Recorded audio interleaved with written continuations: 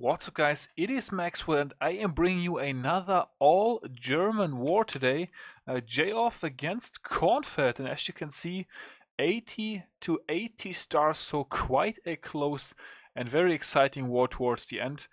Kornfeld had more attacks left at the end and actually had a chance to win the war, and came back with some really good 10v10 triples, but overall it was enough to win for us on percent. Yeah, 80-80, we had the lead early. As you can see, they also came away with an 11 versus 11 triple, so shout out to Blitzmaker, who was able to pull that off on the, at the time, zero start Sebastian here. Yeah, 3 10v10 triples for us, 3 10v10 triples for them. Awesome performance by us 10v11. Let's jump right into that. We actually went 5 out of 6 10v11, so we failed one attack fresh, and all the other bases did go down fresh. Curry with the 4-pack and Richard with the 4-pack, so amazing stuff to both of those guys. Huge shoutouts, definitely carrying us. Gotta say, Kornfeld, they were not very smart. They had we sort of knew this base from a prior war, but not quite how to beat it. But they had another base up that we had just faced inside War Wells against the GML All-Stars, so of course I recognized it, and TDH had actually taken that one down pretty convincingly, so we were able to capitalize on that a little bit. But still a very good performance, 10v11, so we are definitely very happy with that. It's not going to be every day that you get 83% hit rate. So yeah, that was really, really awesome, and once again we had two guys who pretty much carried it. And then Lord Barbak stepping in to grab the 5th 2-star. So pretty even war actually. Although we were at a weight disadvantage, we had let's see, 511s, 1410s. They had 511s, 1510s, and they had higher weights, so we were down a bit on the Tower 10 level. But you know, pretty fair still, so nothing you couldn't overcome. And yeah, very interesting attack here. We have already missed a lot of it due to me commentating and giving you guys the update on the stats. But Curry with a very interesting Lalo, sort of a surgical Lalo, I guess we should call this one. It's not really a spam Lalo. He's taking out a big part of the base here with Laloon, but not in a spammy fashion. So I'd say this is probably maybe sort of a new strat. We don't really see this one too much at 10v11. Actually, I think it's the first time ever that I have seen a 10v11 attack executed in this exact fashion. So Curry with the surgical Lalo around 180 degrees around the base here is able to create a very nice path for his heroes, and he's gonna do a very smart trick with a Lava Hound. You guys just keep watching. So BK steps in. You would probably expect Queen being sent right after the BK, but no, he's just gonna send in the King to clear out some trash, lure out the Lava Hound actually, and he's gonna wait on his Queen deployment. So as you can see, BK and his Barbarians are actually also triggering some bombs there, some skeleton traps, all that junk gets pretty much taken out for Queen. And now he's got one archer, and take a look, this archer, very smart placement here on the other side of the base, is going to make the Lava Hound go away, and then Queen is gonna step in with the free shot at the Town Hall pretty much. She pops the ability, takes out the Inferno Tower, takes out the Town Hall before the Lava Hound can return. So this hero placement here actually very interesting, pretty much makes Gobo attacks relatively impossible on this base. But due to both heroes on that side, he was able to do this nice trick. So great hit here to Curry. And then as you can see, he also took out number 2. We're actually gonna skip that one. And then we're gonna go to number 3, and because we don't want to watch 2, we already have 3 10v11s, or we are going to have 3 10v11s in this recap, so I didn't want to make it 4.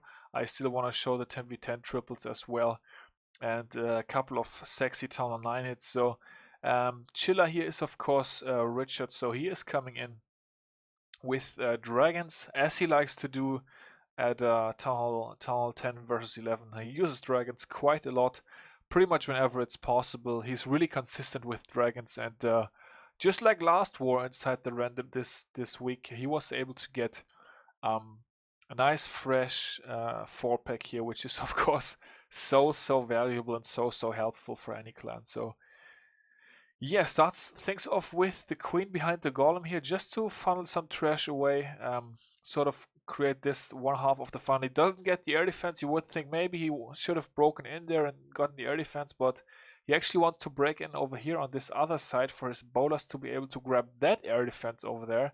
BK unfortunately made his way around the outside, but actually the bowlers inside that rage build did get the stuff done that he needed to get done. So at this point, it is time to send the dragons. He has one hound from the clan castle. Double finger drop on the dragons, guys. Don't try this at home. And then he's got 3 rage spells left, actually, and a haste. No poison here. This is also a fresh hit. And the witch and the baby dragon being a bit pesky there is going to cost him maybe 1 dragon. But overall, he decided to go with a haste instead. And yeah, as you can see, he got quite an overkill on this base here. Heal spell has been used, all those rage spells, and easily burns down the town hall at 52% already. Only 1 black mine at the town hall, and that's the 2-star by Richard. Very nicely done. We are also gonna skip number 4. That was the one that we did not take out with fresh hit. And then we've got Richard again on number 5 with the 4 golem gobo here, and we also have 2 baby dragons to pick up some percentage. So starts right off with the golems after he has placed that 1 minion there to snipe off some percentages. Golem makes its way into the base here. Those bowlers are going to be able to nicely funnel that compartment, clear that out, lure out the lava hound as well. And since the eagle artillery only activates at 180 troop space, he has plenty of time here to kill the lava hound with a baby dragon. He's got 2 of those with him, so he's going to be able to utilize those. And of course we're going to speed through that. As we all know, it can take quite a while for a nice little level 4 baby dragon to pop such a big fat lava hound. So gets that taken care of. Then he's actually going to use his queen behind the golem here. And some of you may think, well, it's going to be a suicide queen, she's going to die here. But no, Richard has predicted the queen pathing, and she's going to make her way all the way into the kill squad. So definitely keep on watching this, guys, because it is definitely pretty interesting. He likes to do those double finger drops on the big troops, guys. Double finger drop on the golems, that's definitely risky. But you know what is life without a bit of risk? So opens up the wall right there in a location that is going to attract the queen to go to the core as well. The bowlers bowl down all that junk. Quite a few of them swing to the outside, but that's okay. We've got enough bowlers going towards the core. He's at 37% right now, so he's going to have to get some more work done. But of course, his kill squad is exploding in the middle of the base. 44%. Queen on the town hall. That cute little level 36 queen. He's going to have to do some farming until season 4 starts and yeah, gets the 2-star. So once again, great job to Curry and Richard for carrying us at 10 versus 11 and making for the best hit rate ever, I think, inside J-Off. Definitely for the best one since I am here. Okay, so that's the 10v11 for today, guys. On to the 10v10. We have got Arin coming in on base number 16. Interesting wall layout here.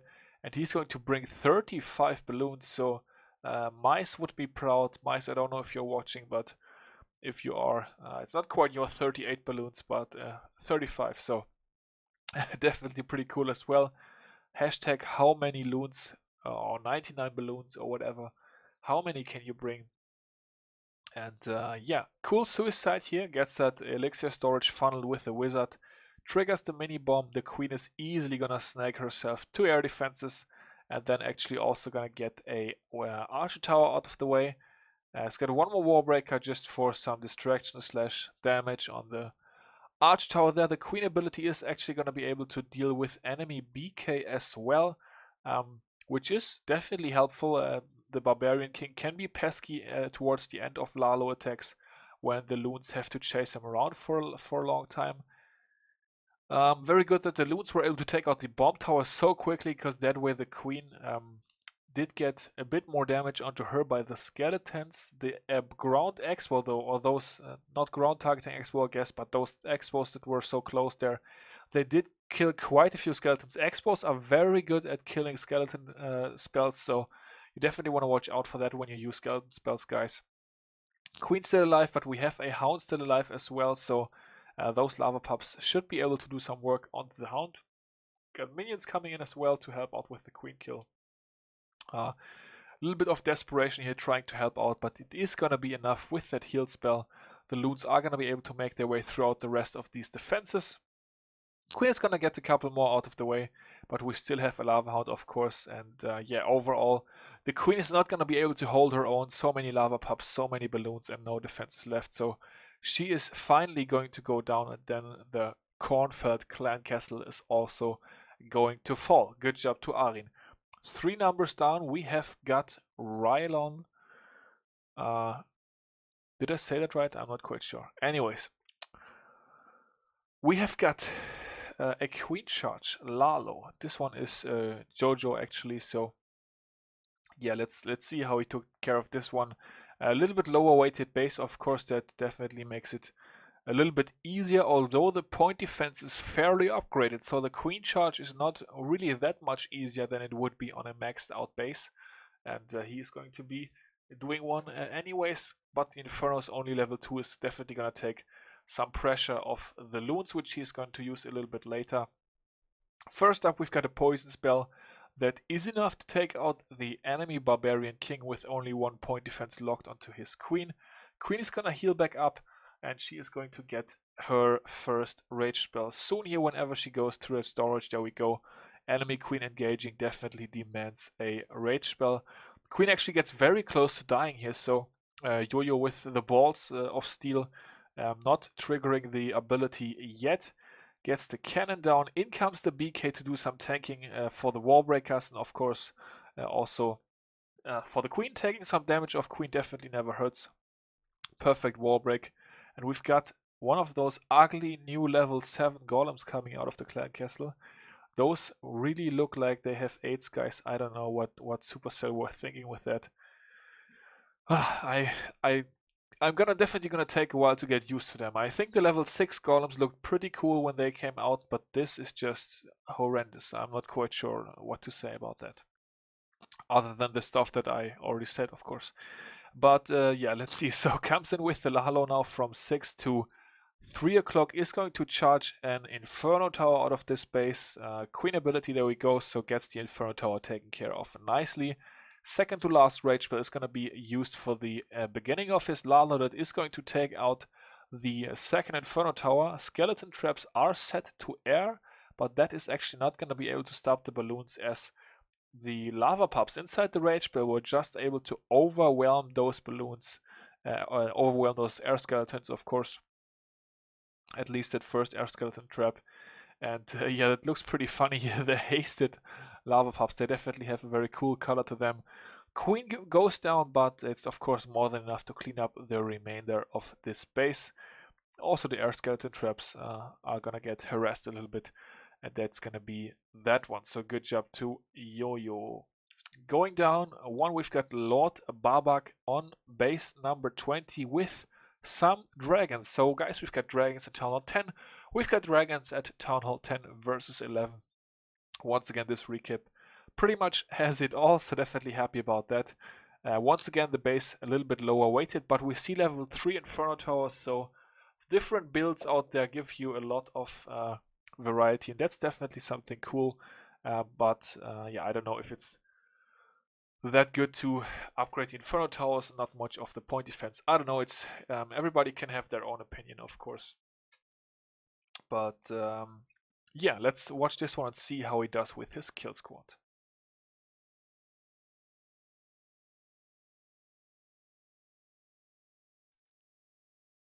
As you can see, takes care of all 4 of the air defenses. The only slightly unfortunate thing is the Lava Hound coming out. But he's got 7 dragons plus, I think, a Clan Castle Dragon. I'm not quite sure on this one.